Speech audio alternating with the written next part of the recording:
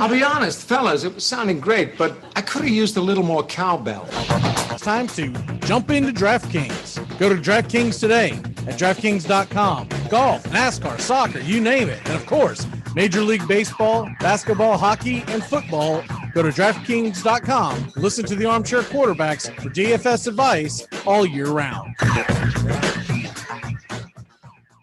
Oh, wow, I'm pretty sure that's going to be there it is. Another flag on the play. Multiple flags on the play. Holding.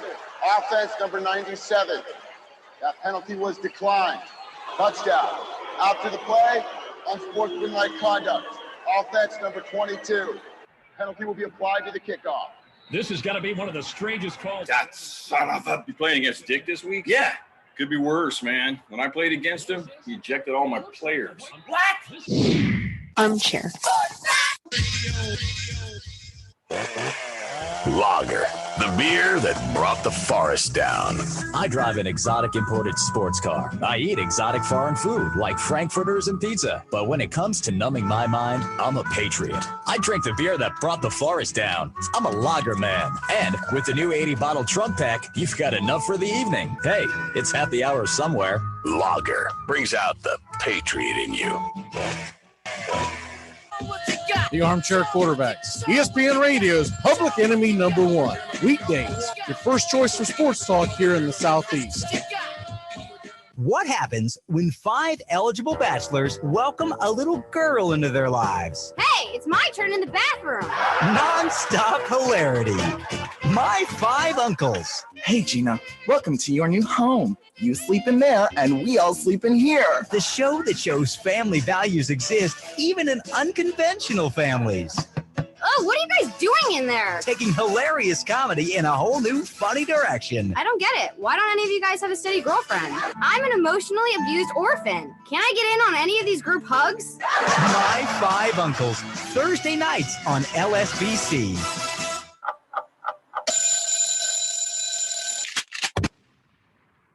I only had a brain. You're riding Morning Shotgun, your first choice for sports talk here on the First Coast, only on Armchair.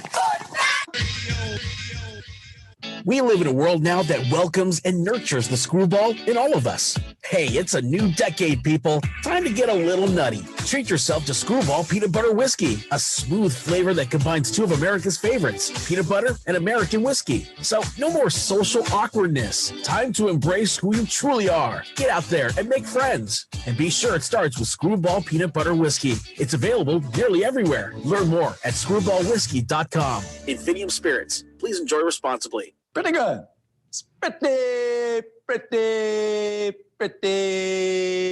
good.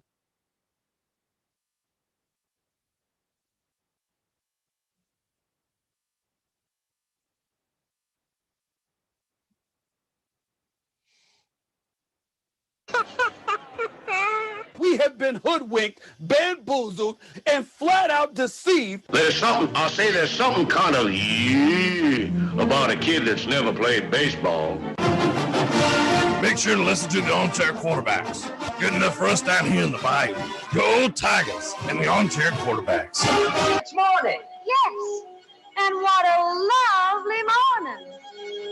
Good morning. Good morning. We've talked the whole night through. Good morning. Good morning to you.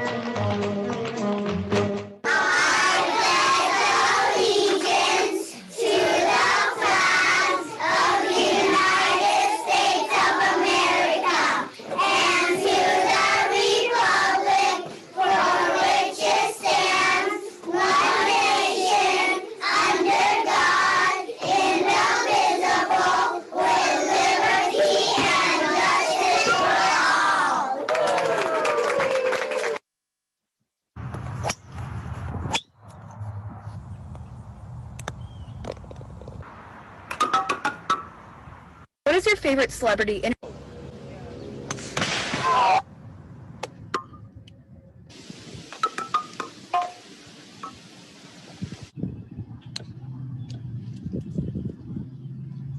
Cash.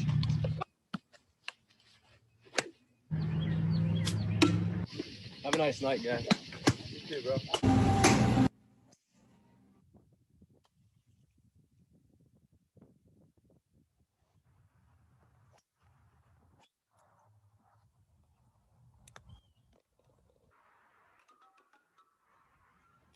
Armchair.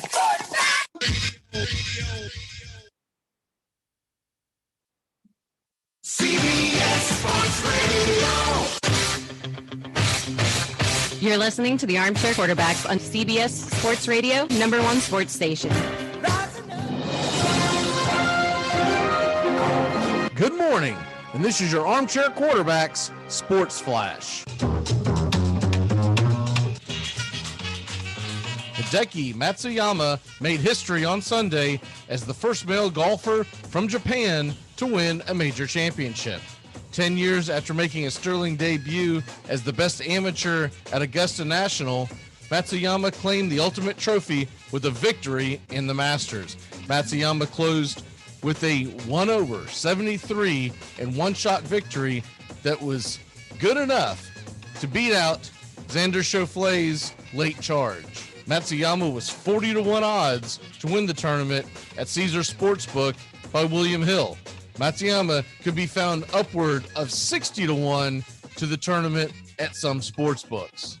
He was not a popular choice for bettors. As of Thursday, he accounted for only 1% of the money that had been wagered on the odds to win the Masters. In college baseball yesterday, the Florida Gators win 7-6 over the Tennessee Volunteers, avoiding a sweep to the hands to the number 6 team in the nation. The Gators, ranked number 12 going into the series, had dropped the first two on Friday and Saturday. The Florida State Seminoles lose 2 out of 3 at Louisville as the Cardinals pound Florida State 11-4 yesterday as the bullpen imploded in the 8th inning. Cardinals ranked number 7 in the country, Florida State 17th. Here are other scores from around the ACC. Number 24 Pittsburgh, 12-5 winners over the Hurricanes, ranked 18th in the country. Number 15 Georgia Tech travels to Notre Dame and beats the number 13 Irish 4-2. Number 2 Arkansas beats the 3rd-ranked Ole Miss Rebels in the SEC 18-14 on Sunday. And the Georgia Bulldogs over the weekend take 2 of 3 from the Vanderbilt Commodores. Vandy giving up a ton of runs except the middle game, which Jack Leiter gets the W. Major League Baseball today at 2 o'clock. It's the Red Sox at the Minnesota Twins, Perez versus Happ. The Braves start their series versus the Marlins, Yanoa against Alcantara. A couple of other big series going on. Nationals at the Cardinals at 7:45. Strasburg takes the hill. At 7:10 p.m., it's Philadelphia at the New York Mets. Anderson versus Peterson. Yankees are at the Blue Jays at 7:07. Garrett Cole versus what looks to be Robbie Ray's first start of the season. And the Reds and Giants, surprisingly both sitting in the upper half of their division so far, they square off at 9:45 Eastern. And that's your Armchair Quarterback Sports Flash. Stay tuned for more of the Armchair Quarterbacks radio show and YouTube Live. Please like, subscribe, and share our show today. The Armchair Quarterbacks, your first choice for sports talk live from the First Coast.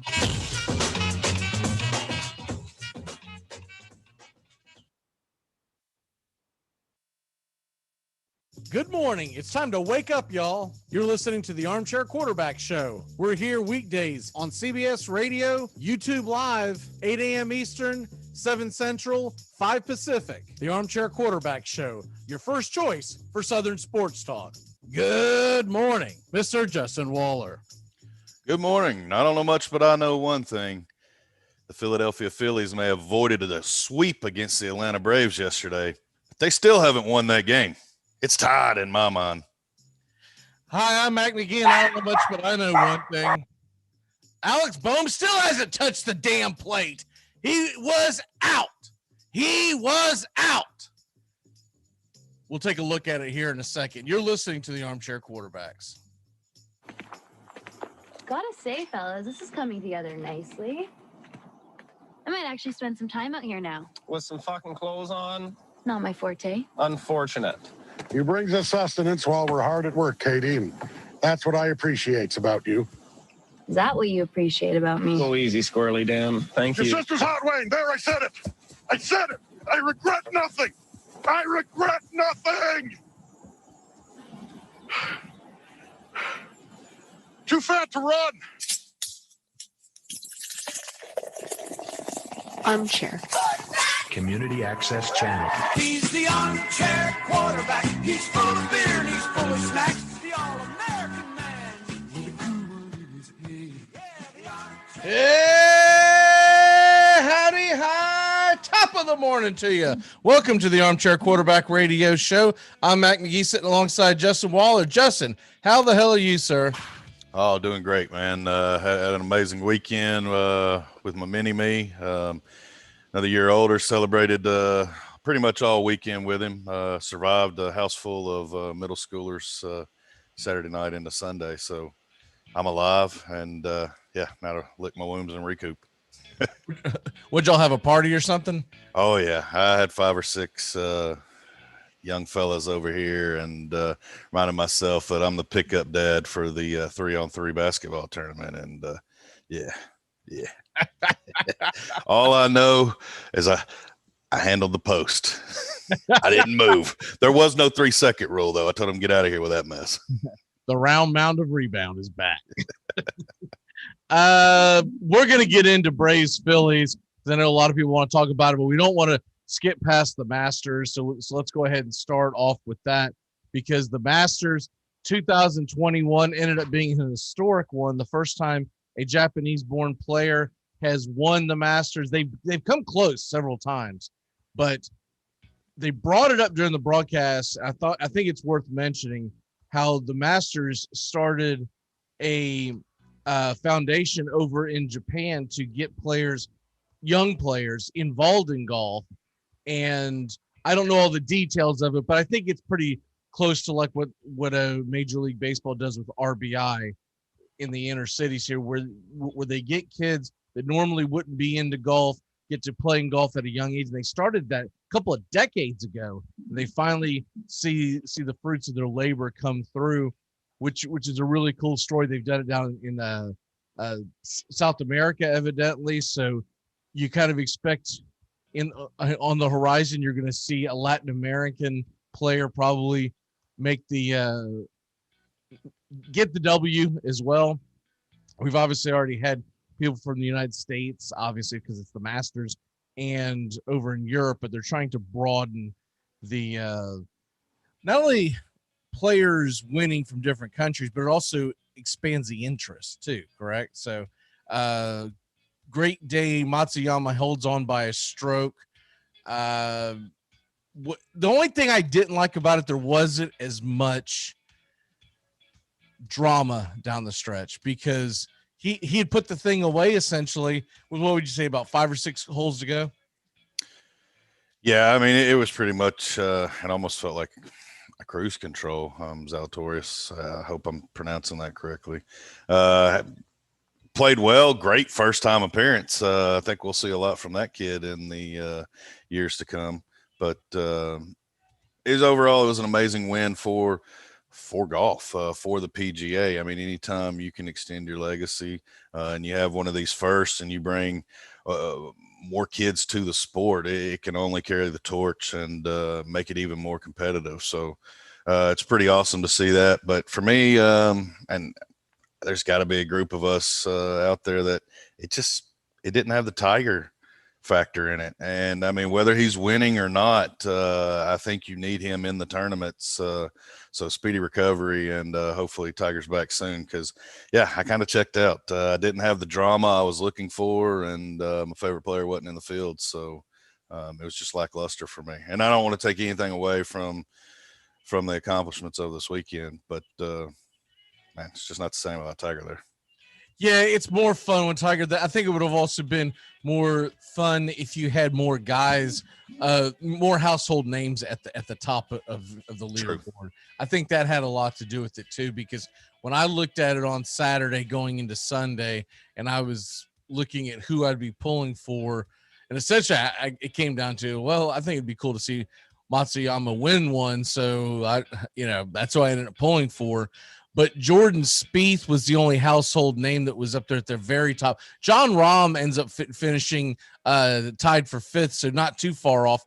But once you get past that, you don't have a lot of Americans, which, whether people want to hear this or not, this is what we look for. This is what we root for, is your home country. Just like Matsuyama was being rooted rooted for by Japan, so don't flip out and say, oh, you can't do that, nationalism and blah, blah, blah. Patrick Reed finishes in the top 10. You had Tony Finau, but none of them are like, none of these guys that I'm mentioning outside of Jordan Spieth and maybe John Rahm are what you call needle movers, right? So the guys we're really looking for, the DeChambeaus, the Brooks Koepkas, the Rory McIlroys, the ones that were healthy outside of Tiger, they were nowhere to be found, and I think that hurt big time.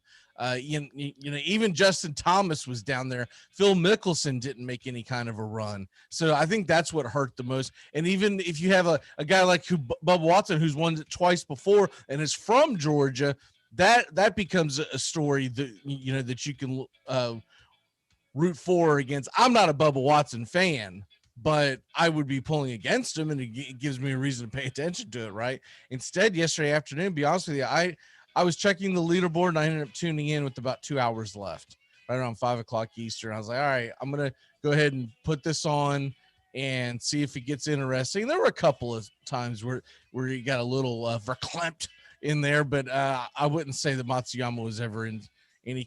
When you can bogey the 18th and still win, you're not really being pushed. Fair enough on that one.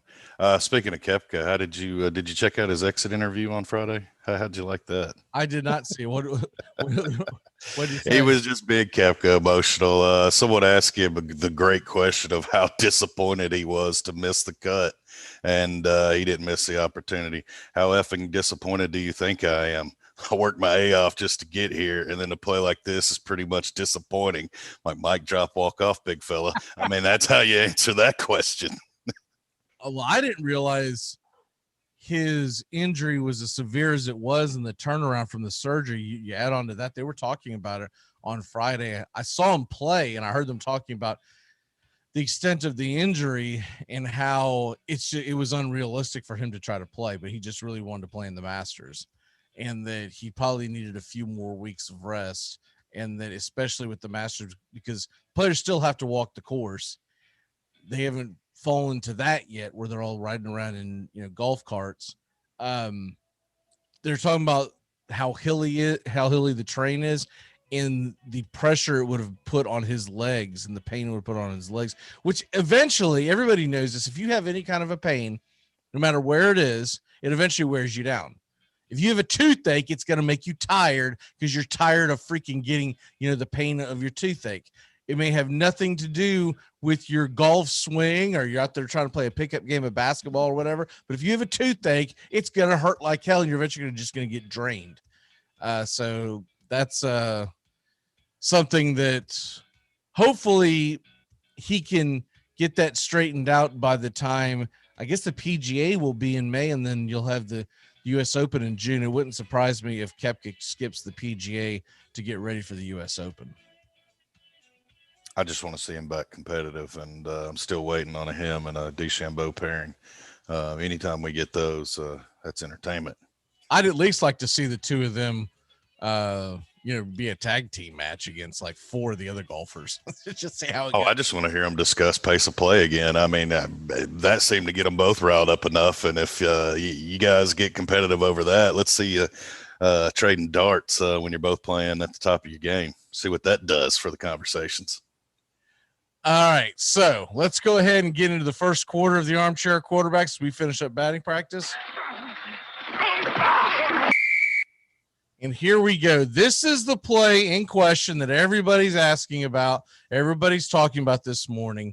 And you're going to see the broadcast of it. And then you're going to see, after that, you're going to see an angle that was shown very many times on Twitter. And I don't know where the umpires came up with. I'm not blaming the home plate umpire. It's such a close play. It's such a bang play. And I could see where you could possibly think that he was safe in the moment, right? Because you got dirt flying, you get the plate blocked, et cetera, et cetera. But I am blaming the replay in New York. And this is the second time in the last couple of weeks that the head office of New York has screwed the city of Atlanta. But here we go. Here's the play. I just want you to react to it, Justin. First of all, it's a great defensive throw by Marcell Ozuna. 7 skip to home. What the hell was that? It doesn't matter. It beat the runner, and it was there. Would have been nice if it would have been on a in the glove, though.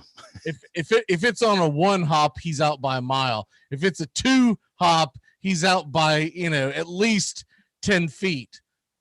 But that thing dribbled home. It's the first time he hasn't pulled the catcher off the plate. I'm just thrilled that it got there. But I mean, I was just blown away that he beat the runner with the throw. Well, look at this. He deflects with his right knee. Yeah.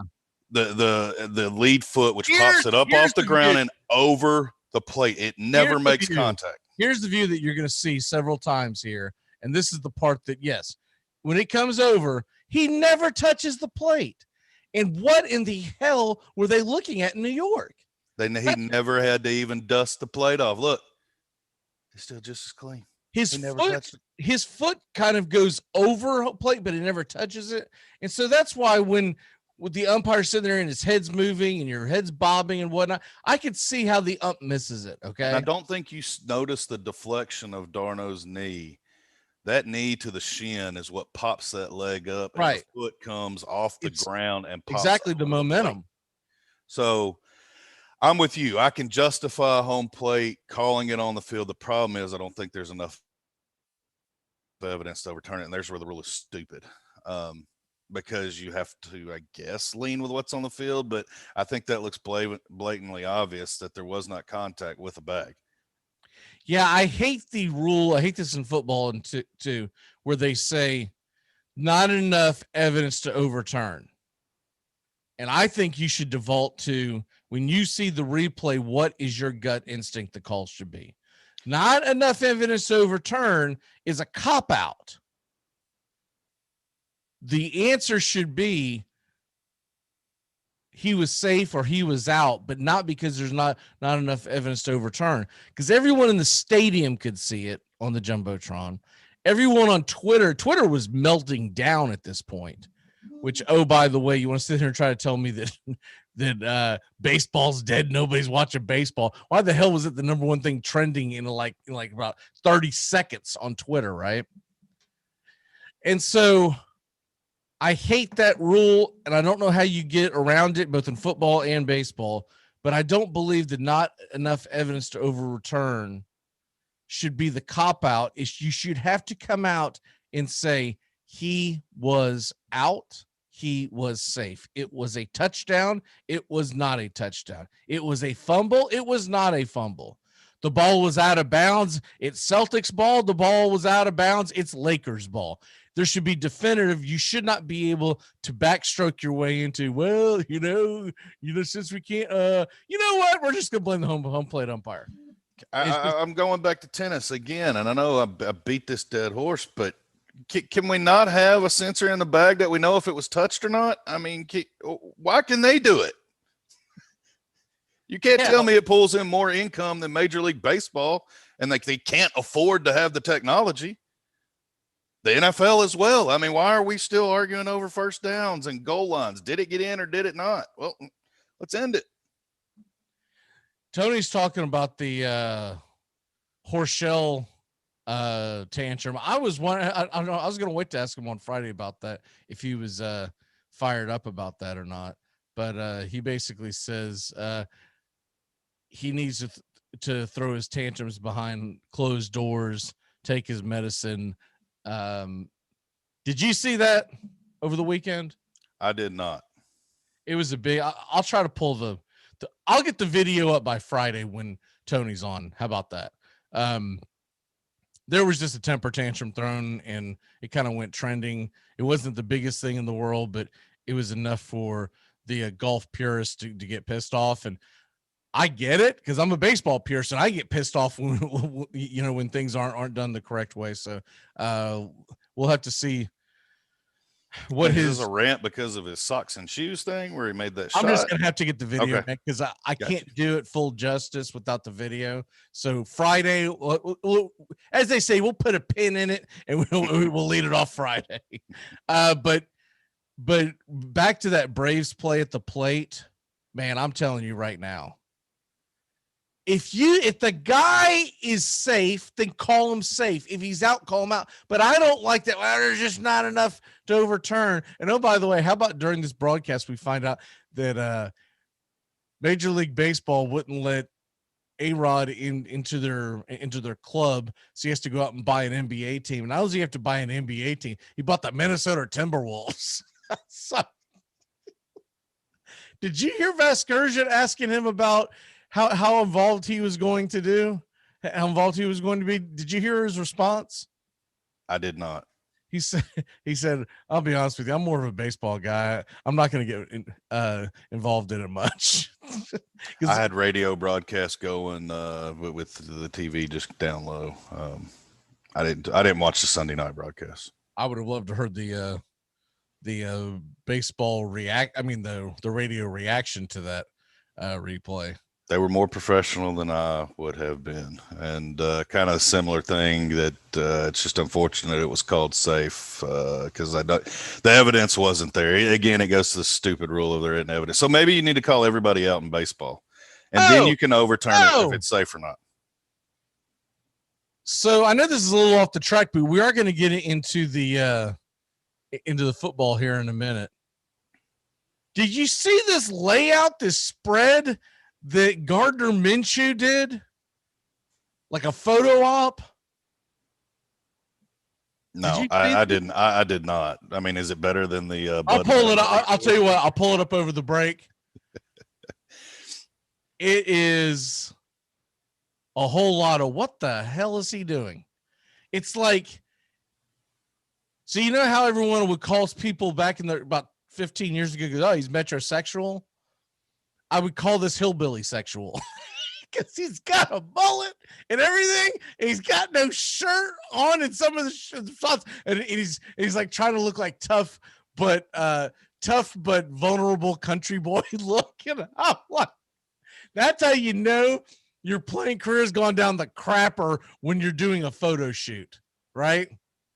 I guarantee you the guy who's about to take his job in Jacksonville, Trevor Lawrence, is more focused on getting ready for the upcoming season. He's probably out there like a Peyton Manning out there, digging and throwing stuff. And Gardner Minshew, who's about to get launched out of the city of Jacksonville, is out there doing like a Playgirl spread. I mean, he's not naked, but you're sitting there going, what am I looking at? I cannot. I just got to paint the picture. I see Joe Dirt in one of them Baker Mayfield spreads. Remember when he first came out and he had the lines and the Rolls Royce? I mean, I just replaced Baker with Joe Dirt. And that's what I have going on. Hey, before we leave baseball, I want to ask you real quick, how much of the Rays-Yankees game or series did you get to see? And I saw quite a bit of it. What's next? These two teams aren't playing too friendly. They're still going after. They never do. It's not going away. Does this end, or is this the next? This has been going on for 4 or 5 seasons now. How many more games before they just settle it between the lines and they both? I don't know, because remember last year it was Chapman that buzzed the tower, and his name's escaping me right now, but the kid that ends up hitting the walk-off shot in retribution in the ALDS. So it goes back to that from last year, but there's never been a full-blown brawl between the two that I can. They're getting high into the helmet. It's coming. I mean, it's getting dirty, and it will happen. But here's the problem. Remember, we joked about it one time. The Yankees aren't a lineup you fight. They run in an NFL roster. I mean, they're what, 6'8", 240, every one of them. I mean, they're giants. Yeah, but they're made of paper mache. You better hope so if you're going to charge it, or maybe they can pick up Amir Garrett and he can lead the charge. I don't think the Rays care. I think the Rays are that scrappy bunch that says, bring it, don't sing it. It's coming. So, yeah, that's must-see TV. Make sure you schedule those matchups for those of you listening at home. You've got some pretty good sized boys on the Rays too. Now let's not act like they're a bunch of. Yeah, I'm not saying they're a bunch of. You know how tall? I would have never guessed this. Do you know how tall Tyler Glasnow is? He's 6'8". Really?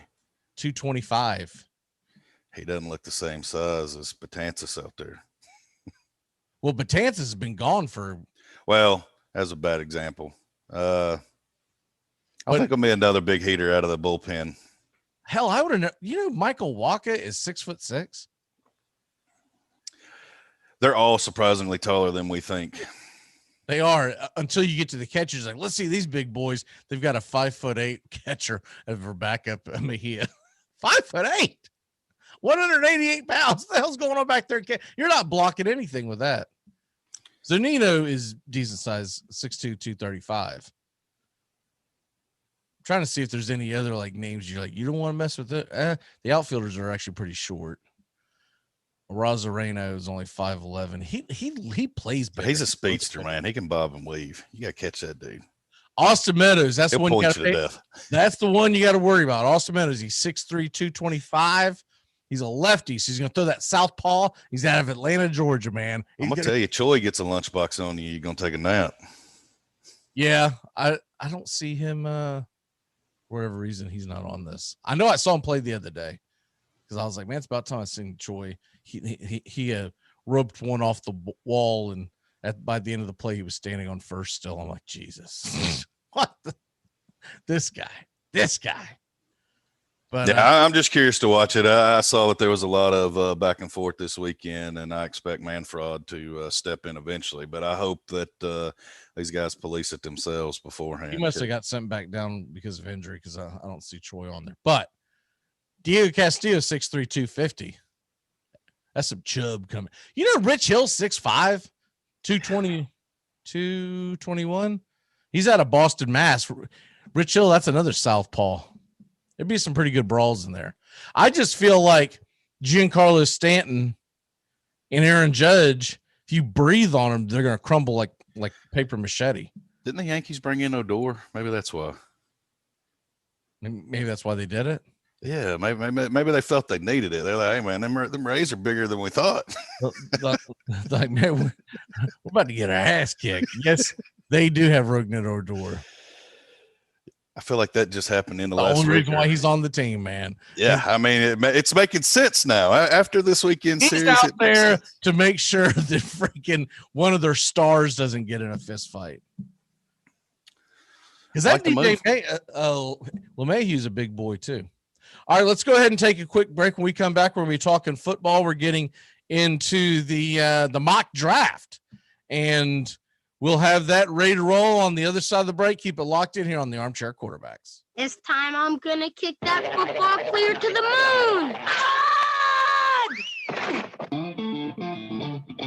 moon. You're listening to the Armchair Quarterbacks on CBS Sports Radio, #1 sports station.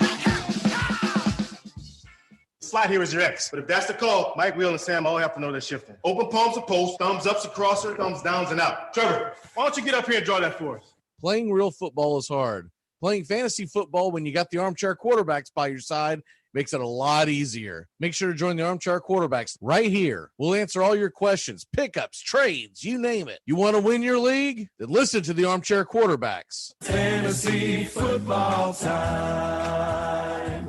Bears beats Battlestar Galactica. This portion of the show is being brought to you by Honest Ed's Used Cars, where every car we sell is backed by an ironclad guarantee that is so complete and comprehensive that we really don't see any need to put it in writing. And remember Honest Ed's motto, if any used car dealer anywhere in the country says he can sell you the same car cheaper than we will, then he's even a bigger liar than I am. And remember, if you'd like to learn one of life's most valuable secrets, just send $20 to the announcer in care of this station. Tom has been a teacher for over 40 years. One day, I think one of the students had asked the question and he didn't remember the answer. And I also noticed that he was letting his class out earlier than they were supposed to let out. I was really starting to worry. Levi and I talked about how it would change our lives, but he was there beside me. When something feels different, it could be Alzheimer's. Now is the time to talk. Visit alz.org/our stories to learn more. A message from the Alzheimer's Association and the Ad Council. This is Sean O'Toole with the Armchair Quarterbacks. Catch me drive time with Mac McGee, the Armchair Quarterbacks radio show. Coach, how do you feel about your past season? Well, it's been a very rewarding season for us. It's one that I would not have been able to lay my job on the line saying we're going to win 9 ball games. I couldn't have done it before the year. Can you say how you brought a losing Florida State team around to be a winning one? No, I can't. Number one, we've got some real fine assistant coaches that I think know what they're doing, and they work very hard at football, spend a lot of time on it.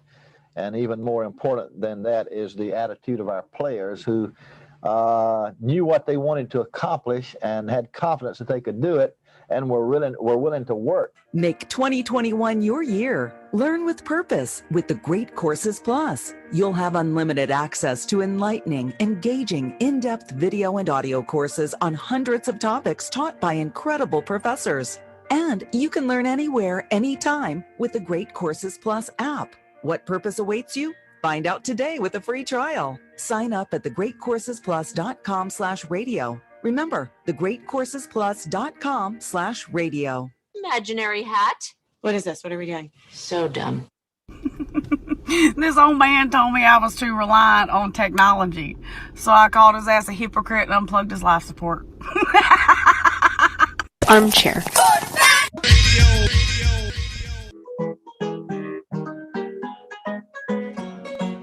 Welcome back. Good morning. CBS Sports Radio,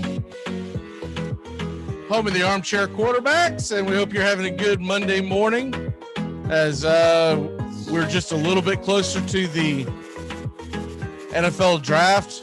Matsuyama wins it all, wins the Masters, and terrible call at home plate screws the Braves. That's pretty much where we're at right now. We'll go ahead and get into what's happening real quick, and then we'll dive into the draft. All right. Let's get caught up on hockey, Justin. Islanders down the Rangers 3-2. The Preds in a shootout win against the Stars. They win 3-2 as well. And looks like the Penguins 27-13-2. Wow. They beat the Devils 5-2 yesterday.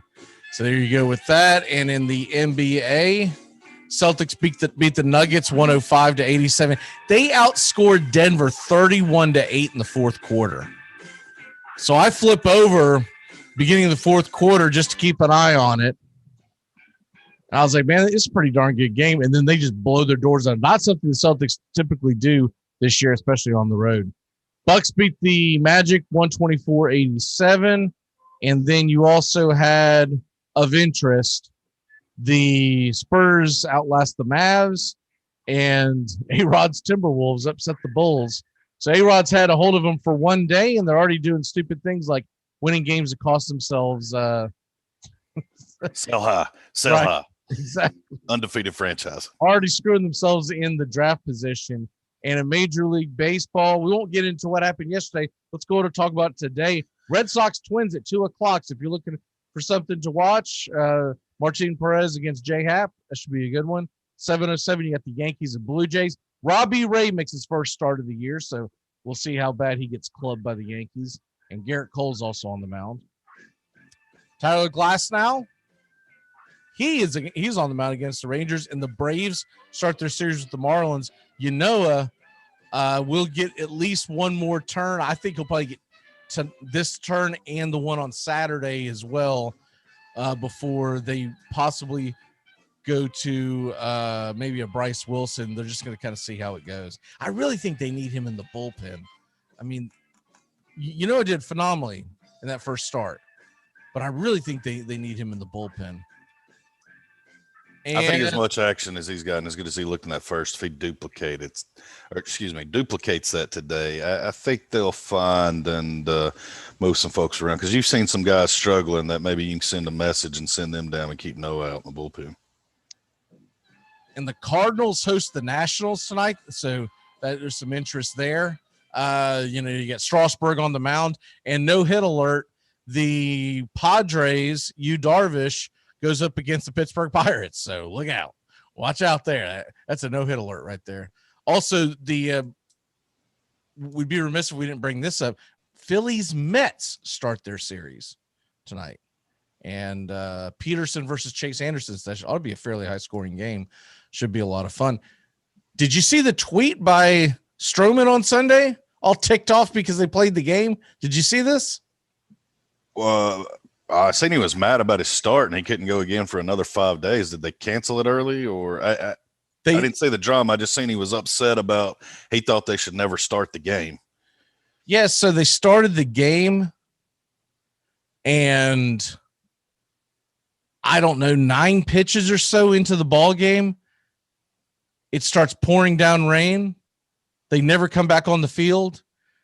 So they suspended it, which is stupid. Why not just freaking postpone it to play another date? Suspend it. So we're going to revisit this. You know, when they're revisiting this game, they only had like 9 pitches thrown. August 31st is a part of a doubleheader. Just start the damn game over from scratch. I'm hoping that the league steps in and goes, no, we're not. Yeah, it wasn't 5-5 in the 7th, and we're revisiting it. I mean, come on. I didn't realize it was that short of a start that he didn't even get out of an inning. I just saw he was just, I kind of see his beef there. I mean, that's BS. He still gets a game check though. Right. Well, it's not like he's going to get paid no matter what. So I don't know what he's really, complaining about, but I see the risk involved of stretching out, warming up. I mean, he did it for a wasted cause. This game should never have been started. This is the tweet. Not smart at all. All those conditions put everyone at risk. Beyond happy, no players on either side were injured. Hate that I have to wait another 5 days to pitch again. This is a miserable thing. However, let's effing go Mets. He puts an acronym up each and every day. The home team, the New York Mets, they're the ones that make the call on whether or not they're going to attempt to play the game. This isn't a vote that happens. This is the New York Mets that said, we want to play the game. And so anyone who's supposed to be checking the weather for the New York Mets should be fired, because when you looked at it, you knew there was no chance of this game getting played, and they should have just punted it. It should have been, but this is a typical Marcus Stroman thing is look at me, look at me, look at me. And I don't think he has any shot in hell of getting re-signed by the Mets. He's got to go out and this is his last season on his contract. He's got to put his best foot forward for his next possible employer. And when you do things like this, you think about that when you're trying to sign a guy. That's all I'm saying. Are you ready for some madness? Look at this. There's your boy. Gardner Minshew, what are you doing, bud? Oh, thinking. I'm thinking. I'm looking off. Can you take that off the screen? I'm thinking. What does he got? He's got a freaking American Eagle chain. See what the went to a Hank Williams. Oh, yeah, this is the one I'm talking about. The always holding the stick, staring down. This looks like what they rolled out on stage one night when Hank Williams pulled a no-show, and they rolled a Billy Ray out there on the stage. And let me tell you something, you're in the wrong crowd when you rock out Achy Breaky Heart to a Hank Williams Jr. crowd. It doesn't fly very well, but that's what I'm seeing here. Man, I love these pictures when let's look off in the distance because I'm deep in thought. I hope you're deep in thought about how to read a cover too. I mean, I think that was a face. I noticed he had an equestrian jacket on. That was probably like, you want me to do what to that horse? I saw this post and I was like, what am I looking at? Who is this jackass? And then I read the headline, Gardner Minshew. Oh God. No, he didn't. When you're already the lined in sideburns on the mullet's what does it for me. That really brings it home. Yeah. I mean, all he's missing is a pair of assless chaps, and what is he doing? He can go ahead and put a fork in his career. It's done. He should have wore that outfit on his Bud Light RV tour. He'd have got more. Somebody may have drafted him first overall. If you're going to get into this whole, remember for his fantasy draft, he ran that he was going to buy Bud. What was it? He was going to buy Bud Light for everyone if somebody drafted him number 1 overall or something for.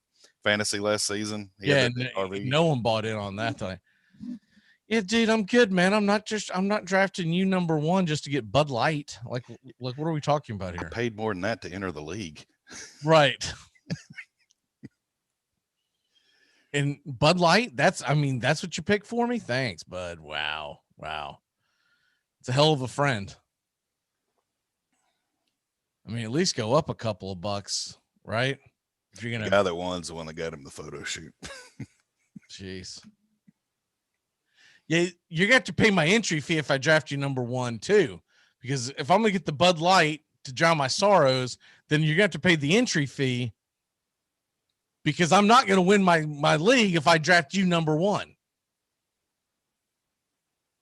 You're not even a running back. So if I'm number 1 overall, let's say it's a 10-man league, I got to wait 19 picks now to correct what is essentially an ACL tear, because I can't start you the rest of the year. Hope it wasn't a dynasty league. Ooh. What if you drafted Watson to handcuff him? Can you imagine trying to move Gardner Minshew right now in your dynasty league? Somebody did it. The song and dance you would have to come up with. All right, man, here's the deal. In 2027, I'm going to give you the 2nd round pick if you'll just take this guy off my hands. I got to free up some cap space. All right, our mock draft is getting to we're at pick 27. So we're going to finish out the first round here to end this hour. And then Doug and I will continue it next hour. Justin, I'm curious to see where you're going with the number 27 pick in the Baltimore Ravens. Well, I'm going to go. One of their big needs showing up, and they look like they have addressed some of their defensive woes in the offseason, is wide receiver. And based on what I'm still seeing on our board, I feel that's probably best to go out and fix wide receiver, since we've had a good rush on edge and offensive linemen. So I'll go Elijah Moore, wide receiver out of Ole Miss. I think his offense down there with Lane Kiffin prepared him for this next step to the league. There's a lot of comparisons that he can be that shifty receiver like an Antonio Brown is a comparison you see thrown out there. But he shows that he can take high targets and he has good soft hands. So he's got to get some of his route running to NFL caliber and level, but he shows that he's not scared to come across the middle, take the hit, and make the catch. So he could be a good possession receiver, and I like that for the Baltimore Ravens. If you're a wide receiver, do you cringe if you get drafted by the Ravens? You got to be one of them. I mean, unless you're just one of them dudes that just likes those possession contact hits, those Hines Wards. Yeah, you know it's going to be a dirty, nasty style of football, and you're not going to be one of those elite outside prima donnas that don't like contact that just speeds away. Because you're cringing if you're walking into the Ravens locker room, because that's not happening. You're pretty much an extra blocker, and then every once in a while they're going to try to play action and hope that you're open. Because this is not a guy that threads the needle. If you're a wide receiver coming out of college, you might like to play with him on Madden on PlayStation, but you're not wanting to be drafted by the Ravens. That is not where you want to go. And that's why I kind of lean more. I don't think he's a big over-the-top guy, and I don't see the Ravens being an offense that's going to open it up. They need that elite under guy that can get those chain moving. Anyway, go ahead. Sorry, I didn't mean to cut you off. Oh, no. That's all right. By the way, while I'm doing this, it's time. We're going to bring the Pick'em segment back here at the top of the hour.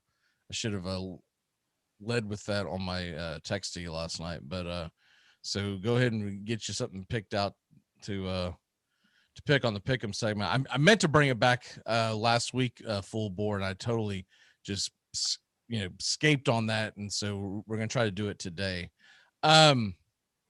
I've got the New Orleans Saints. And I know they've got a lot of needs, but I'm not convinced that Taysom Hill is a quarterback. And I'm not convinced Jameis Winston is the long-term answer. So I think the Saints need to go quarterback. If they're going to go quarterback, they need to go here. And I know the kid from Stanford is rated higher, but I really like Trask, so I'm taking Kyle Trask, University of Florida quarterback, number 28 overall. For him to sit for about a year or so and not have a lot of pressure on him and learn the system, I think Trask can be a guy. Trask is Drew Brees-like, right? And so I think he could be a guy that they could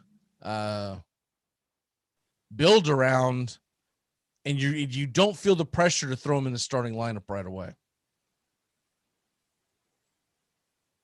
Do you hate that pick? Like that pick? What? I like it. I can't argue with you there. I don't know. I'm not sold that they don't have their options there. I still think Winston probably progresses and takes over for some reason. I don't know why. I just think Winston comes out smelling like a rose in this whole ordeal, and he's the big winner of all of it. I think sitting behind Drew and in that roster and maybe being the number 2 behind everybody saying he'll, that when Jameis gets his opportunity, and I feel he will get one, that I don't think he's going to look back. I think he's going to just take the bulls by the horn. I just don't think Sean Payton wants to go through a full-blown rebuild if they're wrong about Winston. I do think they'll draft a quarterback. Maybe they won't draft it in the first round, but you start getting you get 2-3 year projects once you get past Trask and Davis Mills of Sanford, I believe, because Jamie Newman's not starting for anybody next year. I'm still not convinced that Kellen Mond is going to be an NFL quarterback. You see some of the tapes is broken down about him, and his decision making, it just isn't there. Felipe Franks, we know how much of an up and down guy he is. I don't know a whole hell of a lot about Shane Bichelle at SMU except he put up big numbers, but they also played in a slower league. And Sam Ellinger never knocked my socks off at Texas except for that one Sugar Bowl game against Georgia 3 years ago. So that's just kind of where I'm at. I am interested to see what KJ Costello does for Mississippi State. 6'5" prospect. Ian Book's going to be a backup at best.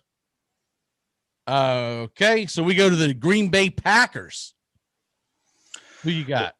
Well, based on their needs, looking here, they really haven't addressed much in the offseason as far as free agency, but initials are linebacker, cornerback, wide receiver.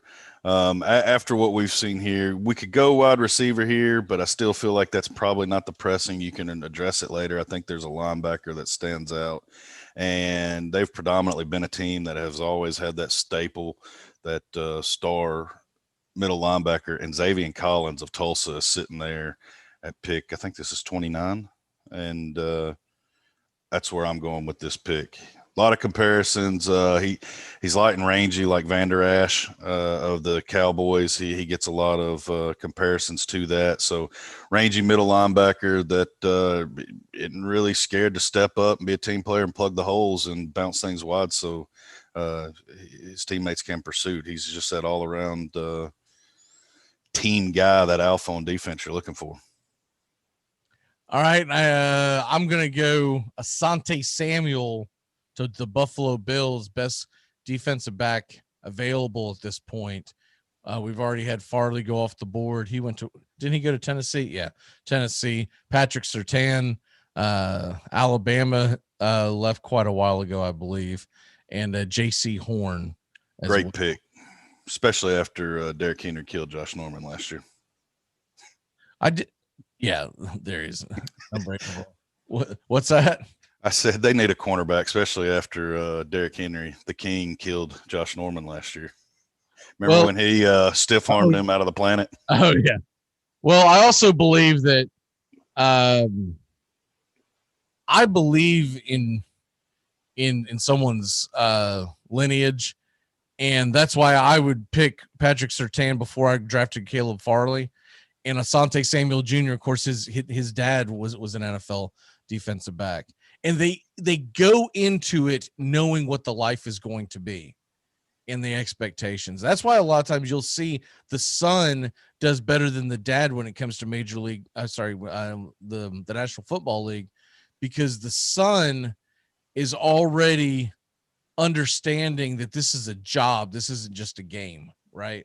So that's my other reason. I'm sure Asante Samuel doesn't want to leave Tallahassee to go to Buffalo, New York, but that's the way it happens, buddy. That's where your money's going to be. That's where you'll be. But he was the one bright spot on the Florida State defense over the past couple of years. So I don't know if he's a lockdown corner, but I definitely think he's very capable to get on your number 2 and you not have to worry about him. So that takes us to the Kansas City Chiefs, and you've got the pick. I'm curious to see where you're going with the two-time defending Super Bowl. Oh, wait a minute. No, they aren't. The team that could only score was 9 points against the Tampa Bay Buccaneers. Are they going to panic and go for offense, even though they have a slew of offense, or are they going to? Oh, they're going to panic and go for offense, but they're not going to go offense in the way that you expect, because you gentlemen have left a gem, and I just realized I'm picking my 3rd draft pick from the home state of Florida. Y'all got a lot of football players down there. But to your lineage point on your last pick, I'm going to do the same thing. And when you have an offensive tackle and you need the offensive help that the Chiefs are going to need, you're going to have to draft linemen, because you've got to avoid these mega contracts that you're throwing out to your other guys. So I'm going to take Mr. Alex Leatherwood, an offensive tackle out of Alabama, off the board. Oh, I thought you said Florida. Okay. Well, I mean, he played at Booker T, Washington High School down there, where your boy Charlie Ward went.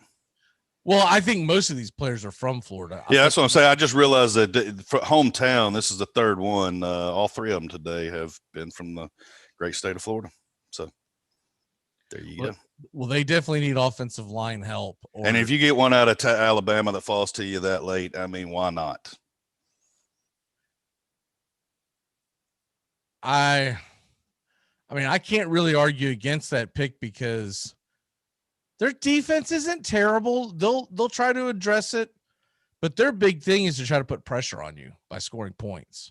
I think they've shown they're not scared to move things around on defense and spend the money in free agency that way. That's why I think if they draft their line, they can avoid these big offsets. And this, what was it, Tooney they brought in and paid the big multi-million-dollar contract to this year, that they've got to balance these books with all these players. And I think they're going to have to draft their big guys, and it's going to be some ugly draft picks for Chiefs fans for a little bit, but I think you're going to see a lot of big uglies taken by the Chiefs just for contract reasons. All right, so that leaves with the Tampa Bay Buccaneers, and I think they're going to want another toy to add to Brady's arsenal. Not in the receiving, but Travis Etienne out of Clemson, a speedster. He also catches the ball well out of the backfield, and flat out one of the most electric players in college football. I know that they re-signed Leonard Fournette, but they need someone else to pound the rock with them. And I just don't think Ronald Jones is it. I really don't. I think Ronald Jones could be traded if they could find a way to get ETN in there. I think he would make them so much more dynamic. Now maybe they keep them all 3. But they would make them so much more dynamic to put him in on passing downs. You let Fournette get some rest. And then also, if he's in the game, you've got to be worried about the draw or any kind of a run, because if he gets a hold of the ball and you don't have full eyes on him, if the linebackers and secondary are not paying attention and he gets the ball, he is so fast, he could take it to the house at any moment. So I think that's what you want. And he could also be added to special teams, because I believe Etienne, beginning of his career, I think he did kick returns. So that's where I've got them finishing at. Is he still your do you by any chance remember who took the Steelers pick? I see that the Steelers took Harris, and I don't know if that's what the Steelers actually do. If it comes down to it, do you That was feel Carr. Yeah, I don't know if the Steelers would draft a running back there because they usually go defense. To be I really like the pick of running back for the Bucks because, as we heard Bruce Arians say, I'm bringing you back. You back will clean it up a little bit. Everybody's coming back. He's backed it up. The management has brought back the entire team per se. Yeah, drafting a running back's your one big hole. You need that bell cow. If Harris or ETN is there, I like the pick. If they're both there, are you brainer? If it's Harris there, I mean, you gotcha. I honestly think I just want to be an ACC guy. How you felt ETN? You've seen him longer and more games than I have. Is Harris because I think Harris is a bell cow. ETN is a guy who can be very durable, but I don't know if he's someone that you're planning on handing the ball to 20, 25 times in a game. But I could see Harris being that. I actually think that if Harris is available, let's say around 28th, that Tampa Bay could trade up with the Saints, although you don't normally see in division trade, or maybe with the Ravens or whatnot. I could see Tampa Bay trading up to get Harris if he's still hanging around. I still wonder if he's going to fall that far because he was so dynamic, but the running back has been ignored. It has been. And a lot of people just aren't putting. I mean, Derrick Henry was a second-round pick. Now, granted, it was first pick of the second round, but it was still a second-round pick. Yeah, they. Well, anyways, we've got to get into our pick segment here as I don't even know what I did with the stupid soundbite, so I'll have to find that down the road. But what is your pick of the day today? Oh, well, even though you gave me a heads up, I still didn't heed your acknowledgement. But since it starts today, I will at home take I don't like the over-under in that. So I'm going to take Atlanta straight up on the money line. Minus 147. Okay. Yep. And I haven't even looked to see if that app we used to use can still be used. I'm going to try to put it in after the show. It is. I'm looking at it now. Okay. Now, whether it, the things we ran into last year was saving them, I'm not sure. I'll see what I'll look into after the show. Okay, I'm gonna try to get us some money and go on the plus side of this. I'm gonna do a sneaky bet, the 2:00 bet. I take Perez and the Red Sox on the plus 131 line to upset the Twins in Minnesota because I just think J Happ is trash. And I don't think he's going to be able to get out of like the third or fourth inning without giving about 5 or 6 runs. And Perez is a pretty good and very underrated pitcher. So give me the Red Sox to pull off the upset today. Can I change mine? Is that allowed on the first day? Sure. What the hell? Scratch that. Give me the Reds plus 100. I know they're traveling out to San Francisco, but I'll take that hot offense at even money right now and take the plus 100. It's Wade Miley versus Anibal Sanchez. So there's going to be some runs scored and Reds are thumping. Fair enough. We'll do, well, I guess we don't really have much time to do sorry dude like we normally do.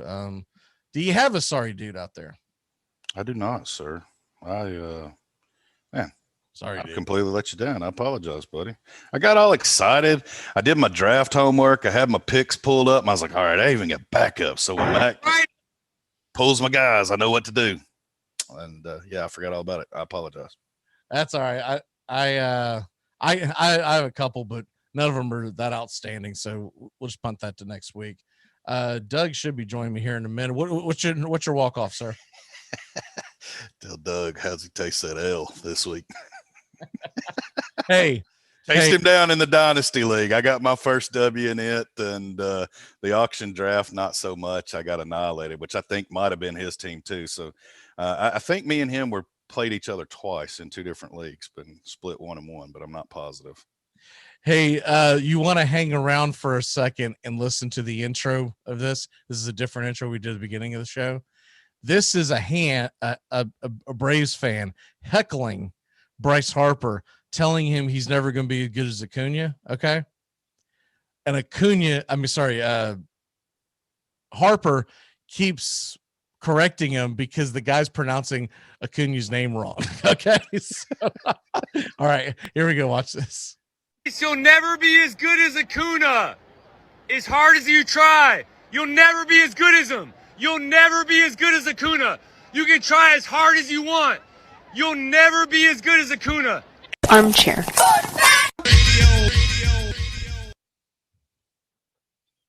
CBS Sports Radio. You're listening to the Armchair Quarterbacks on CBS Sports Radio, #1 sports station.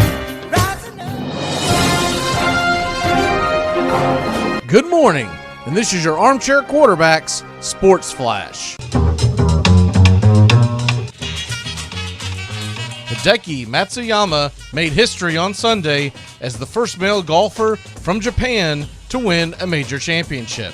10 years after making a sterling debut as the best amateur at Augusta National, Matsuyama claimed the ultimate trophy with a victory in the Masters. Matsuyama closed with a 1-over 73 and one-shot victory that was good enough to beat out Xander Schauffele's late charge.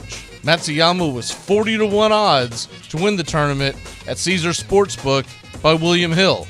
Matsuyama could be found upward of 60-1 to the tournament at some sportsbooks.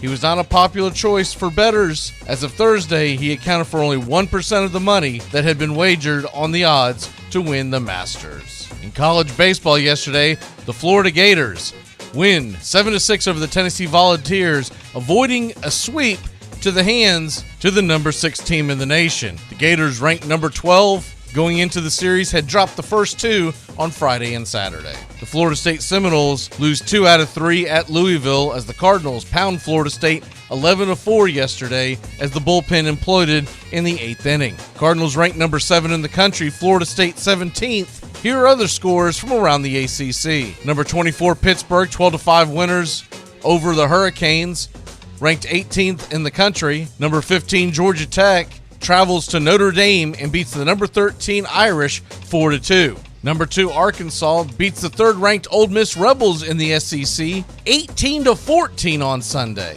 And the Georgia Bulldogs over the weekend take 2 of 3 from the Vanderbilt Commodores. Vandy giving up a ton of runs, except the middle game, which Jack Leiter gets the W. Major League Baseball today at 2 o'clock. It's the Red Sox at the Minnesota Twins, Perez versus Happ. The Braves start their series versus the Marlins, Yanoa against Alcantara. A couple of other big series going on. Nationals at the Cardinals at 7:45 as Strasburg takes the hill. At 7:10 p.m., it's Philadelphia at the New York Mets, Anderson versus Peterson. Yankees are at the Blue Jays at 7:07. Garrett Cole versus what looks to be Robbie Ray's first start of the season. And the Reds and Giants, surprisingly both sitting in the upper half of their division so far, they square off at 9:45 Eastern. And that's your Armchair Quarterback Sports Flash. Stay tuned for more of the Armchair Quarterbacks radio show and YouTube Live. Please like, subscribe, and share our show today. The Armchair Quarterbacks, your first choice for sports talk, live from the First Coast. New Year's resolutions. We've all made them. Mine is the same every year. Eat healthier. The eat part usually works out fine. It's the healthier part I forget about. But not anymore, now that I've found the oh-so-chocolatey Built Bar. Built Bars are low-cal, low-sugar, high-protein, high-fiber. Great for keto. Lose or maintain weight while indulging in a yummy treat. At 130 calories, you'll feel like making a resolution every day. Try all 18 amazing flavors. Get yours at BuiltBar.com. This is Jim Rome. Join me in the jungle for your phone calls and the biggest names in sports. Stop by weekdays, noon until 3 Eastern, 9 to noon Pacific.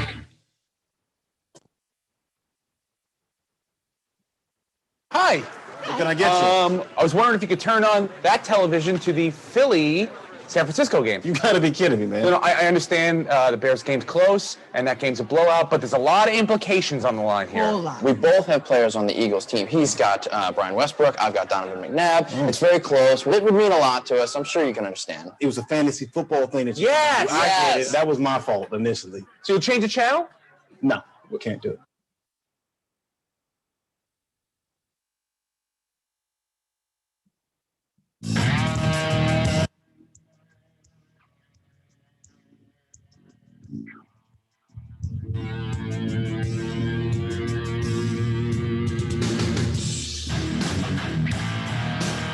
Monday morning. Good morning, y'all. Welcome back to CBS Sports Radio. Armchair Quarterbacks on YouTube live. Every morning, if you want to find us, look for the Armchair Quarterbacks on YouTube live. I usually start the heading with Armchair Quarterbacks live, so it's easy for people to find. We're not famous enough to be able to get our own distinguished URL, so we'll have to wait for that. But helping us get us more famous and famous every day is Mr. Infamous himself, Red Raider Doug. Doug, how the hell are you this morning, sir? Doing good. Doing very good. Did you hear Justin's walk-off? No, I did not. I missed that. Tell me, please. He said, how's that L taste? So I guess he beat you in a league. I guess that's where he Which he league got did me. I beat didn't have you any in? starts on Sunday, so he got me by like 15 points. He'd been behind all week, so he had to earn that W. I don't understand why it's 9 o'clock in the morning and Yahoo's hasn't thrown the big win and loss on a team yet. Right? Yeah. Like if you go to the Dynasty League right now, everyone's still sitting at 0-0, and the calendar is flipped. You're playing your next opponent. I'm playing you this week. Who is Justin playing? He's playing Trosh. So it's actually a fun radio matchups this week. But I don't normally by this time, 9 o'clock in the morning, you've got a change in your win-loss. Mm-hmm. So is this the league that you lost in? Yes. Okay. Fairly high. I mean, it's pretty close. He beat you by 13. Yeah. I'm a little confused because our points in the game that I played in. So I scored the most points in this league, but I had many more points than this yesterday. So I'm a little confused on whether or not these are accurate. Maybe that's why they're not declaring winners yet.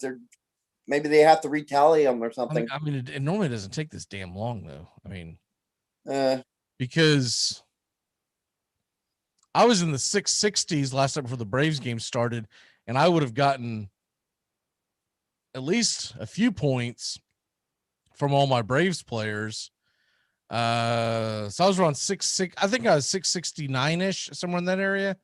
And I had Smiley go. He only got me a few points, 3 points, because he got batted around, but he didn't take the loss. But then I had Freeman with his 6, Acuna with his 10. So I should be sitting somewhere in the 680, 690 range, but it's got it 644. And conversely, James's score was much higher too. I was gonna beat him, but it wasn't a slam dunk, so to speak. Right. Michael's asking me how did I do in the Snake League. I believe that's when I played Michael. I believe he beat me. Once again, I don't know, Michael. The jury's still out. I'm 0-0 in that league as well. I don't know what you're talking about. I'm undefeated. That's the league where I had a dumpster fire and I had to try to fix the roster as it went on. And there finally came a point where I'm like, I'm not going to win this week, so I need to fix my team. Right? There's just no way I was going to win. I do feel bad for whoever's playing me this week because I'm going to have a lot of dudes going. See, that first week is really goofy because it's not a typical week, and you end up essentially losing out on advantages. Like, for instance, I think Sean beat me in the auction league. He never would have beaten me in a regular week because I would outnumber him with starts because he's got like a 9-man hitting bench.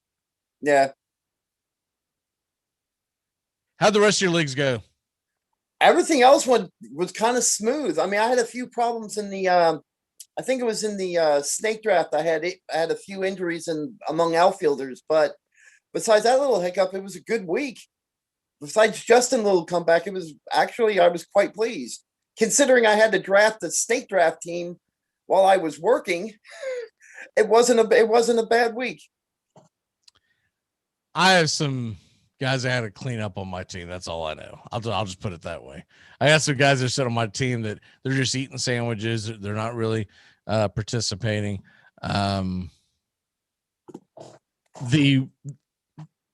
Our dynasty league, the one that's been going on for so long, I think that's the only one that I won. How's your rotisserie team doing? Mine's terrible. Mine's horrible. I hate it. I hate it. I don't know why I came up with this league. I hate it. I hate everything about it. Yes. I am dead last. I am the only person. I'm giving everybody else points. That thing just needs to get shot. I hate it. I just absolutely hate it. It is absolutely awful on so many levels. Tell you who else has been awful. Carlos Martinez. What a bum. He looks so good in spring. He's had 2 starts now. You want to guess his ERA? He's pitched 10 innings. So this isn't like a small sample size. This is a fairly decent sample size. As bad as you're talking, I'll throw it out there. 12, a 12 ERA. 6.3 with a 1.4 whip. Ugh. Yeah. Ugh. Yeah. Wow. Exactly. Mm. Absolutely terrible. But anyways, we'll move on from that. Speaking of fantasy, do you have anyone per se that you're looking at as good pickups? Because I've got one I'll throw at y'all. Today, Yanoa is pitching against the Marlins. He looks really good. His last time I went 5 innings, no earned runs. I figure he can come pretty close to that. I mean, he pitched out of his brain, but he's going to pitch twice this week. So if you're looking for a 2-start pitcher, I think Yanoa and Martin Perez from the Red Sox would be a good gamble. What say you? I got one, just as I picked Schumacher last week. And you can probably easily pick him up in any league you want. His name is Dan Dunning. He's pitching against Tampa Bay today. He looked real good in his first start, and I liked him. And for some reason, I like the matchup. So if you need to stream a two-starter, Dan Dunning, I think, is going to be your surprise one this week. How many Ks did he get first time go around? Let me see. I think he went. Actually, he had 6 Ks in his first start. Excuse me. All right. Well, that's not bad. Quality start. And no, because they pulled him because he's a rookie. I guess they pulled him. He pitched 5.2 innings. He didn't get his quality, but he got 13 points. So he was 1 out away from getting the call. I got screwed on that with Urias on Saturday night. They pulled him. Oh man, I just needed 1 out and they pulled him. Yep. He's struggling a bit. He's running out of gas and they pulled him. I was like, dude, you absolutely screwed me.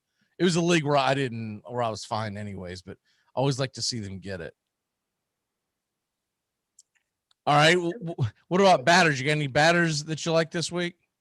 We've talked about him before, and I'm still surprised. Like in our leagues, he's still sitting there after a week. We talked about him. He's had a fantastic week. Is Mark Canha from the Oakland A's. He's still out there, and he's had a brilliant week. Well, why don't you pick him up if he's so great? I have. Oh, okay. I have. And another one, too, that I was going to pick up, but somebody got up really early in this morning, Mr. Alonzo Ball or whatever his name is, Nick Lowe from Tampa Bay. Gotcha. Well, I had second baseman issues galore. So I was hot on the track of picking up Ryan McMahon of Colorado in a couple of leagues. He could play first, second, and third. He's hitting 324 right now. He's already hit 5 home runs. Now, do I think this is going to continue at this kind of a clip? No. But I needed, what league was that? I think it might have been the auction league where I took a risk on Rojas. It was a Rojas, second baseman from Arizona. They talked brilliantly about him in spring, and he's going to have a chance to be a really good player, and he'll get the starts for the first 3 to 4 weeks. I was like, that's all I'm really looking for. Someone to get me out of the cannon, and we'll see where second baseman is. He hasn't done crap. He hasn't even hit his weight. So I had to get rid of him, and I picked up a McMahon from Colorado. Cronenworth is another good pickup if you're looking for a guy with multiple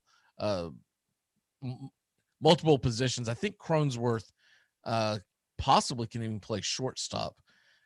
McMahon's first, second, and third, but I want to say Cronenworth is like middle. I want to say he's like second, third, short. And along that strain too, if you want somebody like that, multiple positions, who not bad. I mean, he's not going to like blow you away with his points, but he's steady.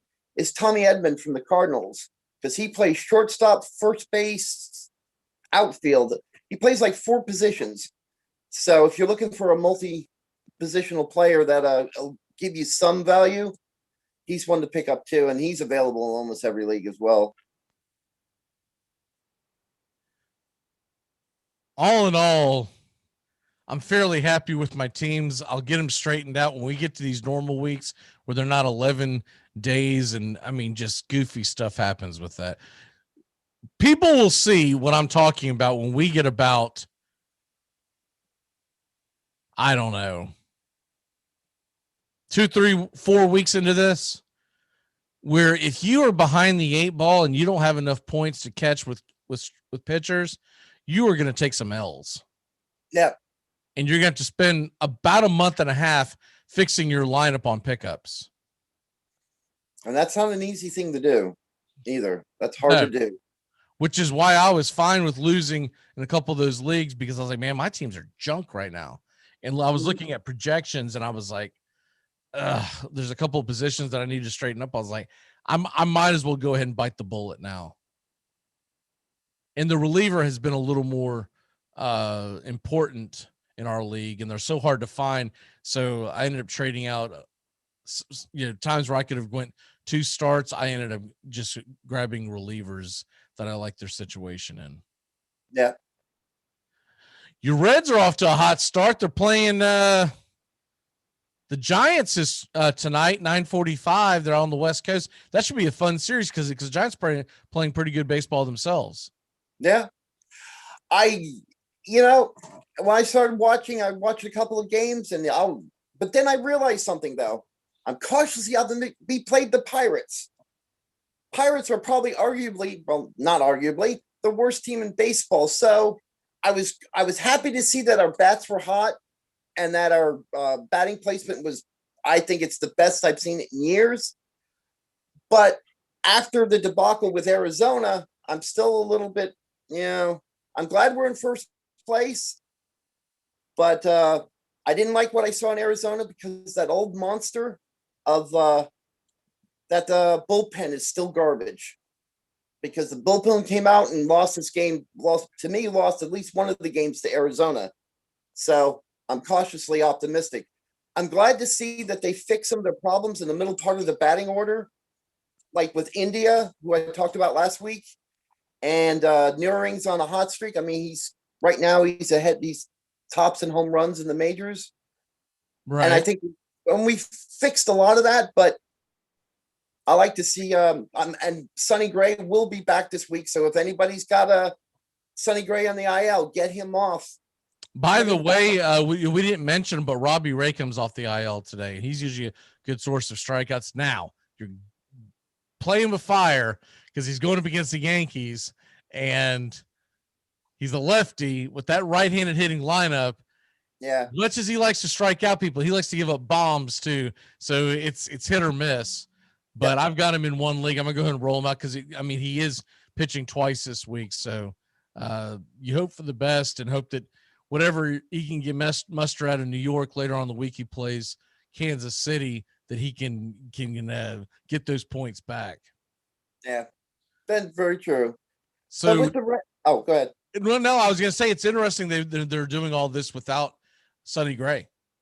Yes, and that's why I'm really. He pitched he did a simulated game, which all people with injuries like that will do at a certain point in their recovery.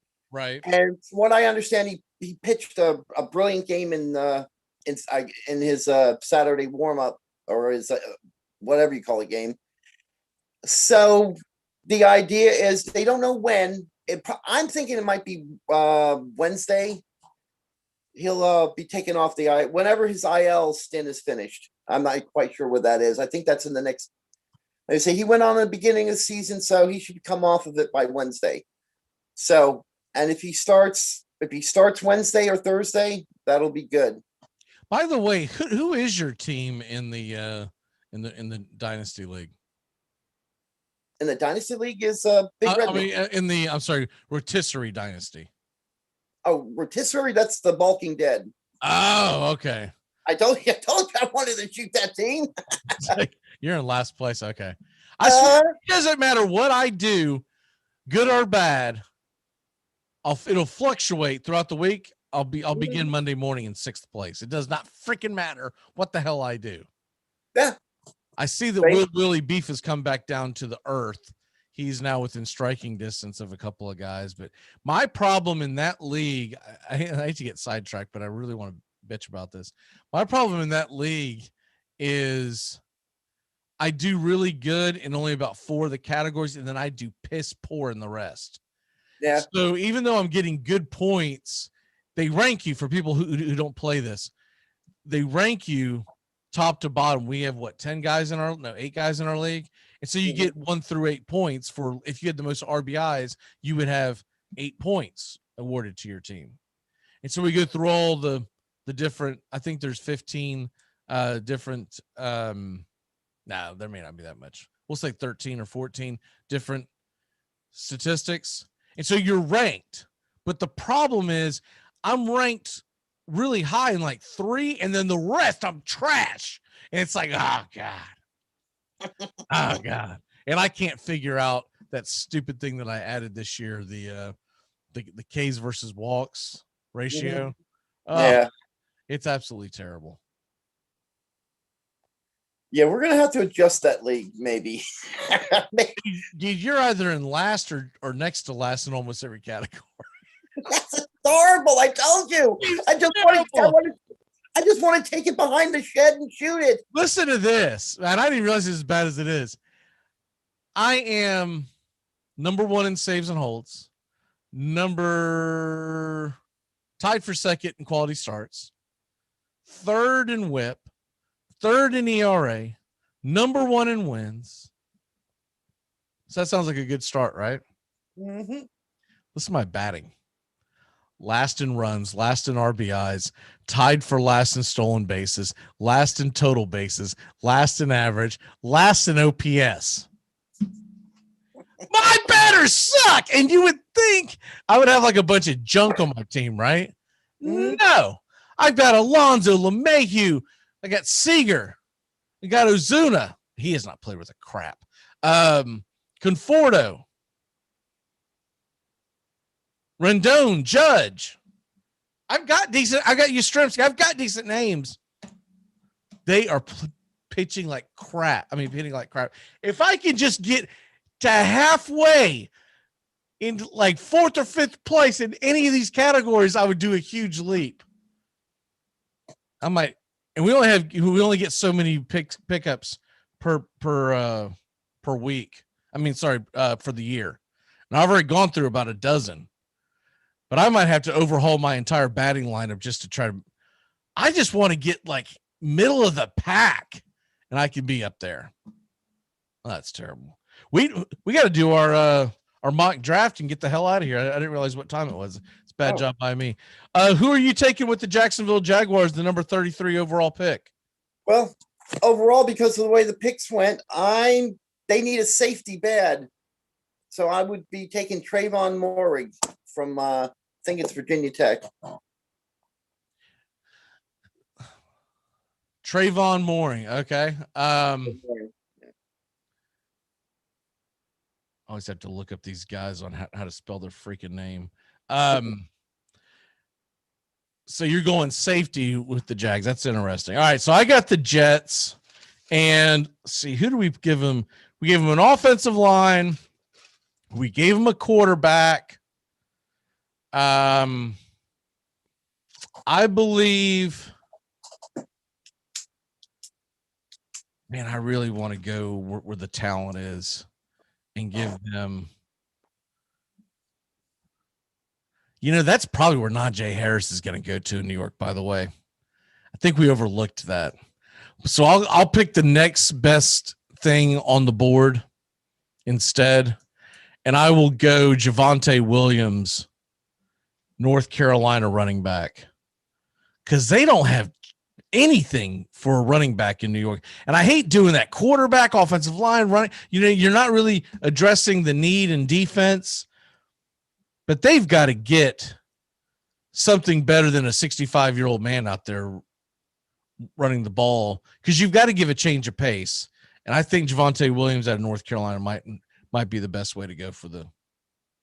Michael Carter looked really good in the Senior Bowl. But I'm going to go with Williams. They both went to North Carolina. The simple fact, not only is he a year younger, he's 2 inches taller and outweighs Carter by 21 pounds.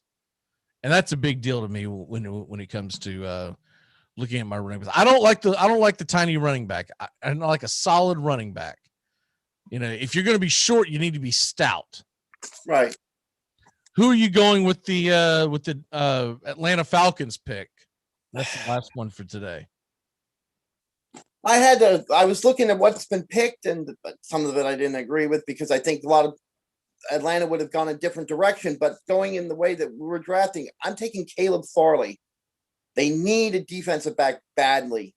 They're not stopping. Farley's already been taken. Oh, I didn't see it. Well, then you know what? I can easily go. He went 22 overall to the Titans. Oh, I didn't see that. All right, sorry. Then you know what? I'm going to take the running back. I'm going to go out on a limb and take Etienne from Clemson. Etienne's been taken. You got to pay attention the morning you're on, son, because there's picks before you. I know. I looked and I didn't see Etienne. Etienne went today. Oh, well, you got to pay attention. I'm sorry. Then here, I'll pick somebody else real quick. I apologize. That's all right. I apologize. Let me see. You show up late. You're not watching the show. What the hell's going on here? I'm so sorry. I can let you know who's available if you want to. Yeah, just let me know who's available. I'll tell you who they'll take. Well, I can't run off every damn player. Give me they need a running just back. 300 names. Give me a position. Give me a running back. Javonte Williams, like I just said, from North Carolina. Gainwell from Memphis. Stevenson from Oklahoma. Those are the top ones still available. Then they would take the guy from Oklahoma then. All right. I can't believe I did that. I'm going to tell Sean all about this on Wednesday. I bet you will. He threatened to call in this morning, but I guess he never did wake up or whatever. It's time to turn back time and get out of here before Doug embarrasses us anymore. Ridiculous, absolutely absurd, and will not stand for it. Okay, let me see here. I'll just take it out on Sean. Just take it out of my paycheck. I'll do better. It's time to turn back time. Here we go.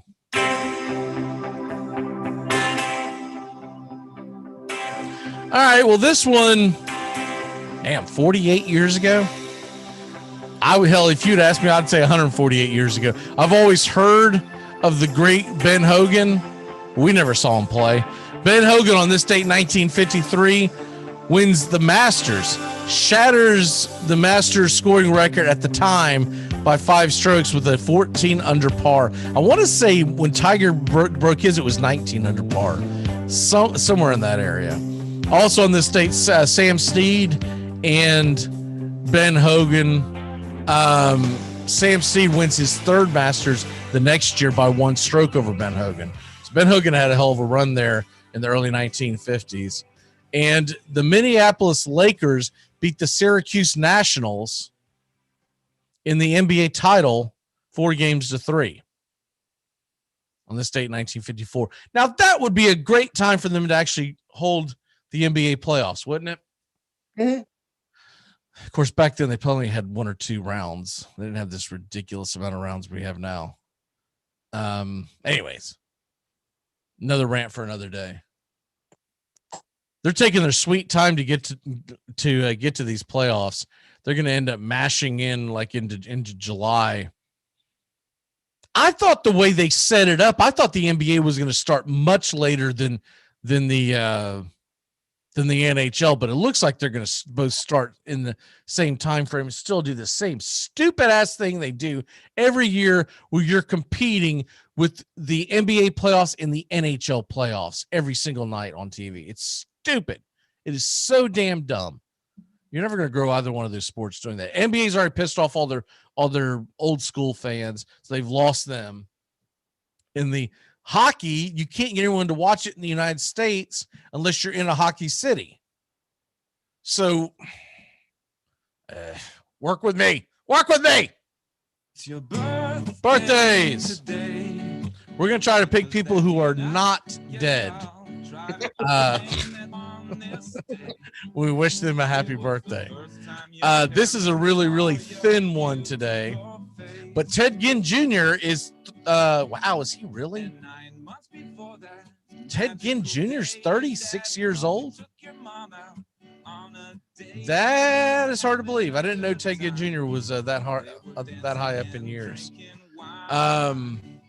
Wow. Happy 36th birthday to Ted Ginn Jr. And happy birthday, Antonio Ozuna, Mexican baseball pitcher for the Dodgers. He is 48 years old. We are wishing him a happy birthday because Marcell Ozuna needs to get up off the freaking mat and start hitting the ball and start whiffing it, stop whiffing at everything. I think we're starting to find out what Ozuna really is, which is just a hacker. We need better than that. He's got to be, the thing about Marcell, he's got to be more selective on his pitches. Right now, Acuna's on fire. But Acuna gets in this thing too, where he's just ridiculously swinging at everything. And I think the best way to get him out of that whole thing, if you're facing Acuna tonight, and you're Alcantara, man, throw everything off the plate. Acuna does not like to walk. He just doesn't. No. I got to give him props on that first hit. We didn't talk about this first part of the show. That first hit of the game that he got, now he swung at a stupid pitch and grounded into shortstop, but he beat a routine play of short. Did you see that play, Doug? Yeah. Routine bouncer to short. He beats it out on an infield hit. Now that's hustle. Yeah. And that was a bad job by Didi Gregorius, who kind of half-assed it and took a couple of step backs and then, took like a crow hop. And then by the time he realized what he's done, it's too late. Acuna's flying down the line. And he made up for it, but that was a bad job by Gregorius initially, but he did make up for it with his bat. What is your walk-off for the day, sir?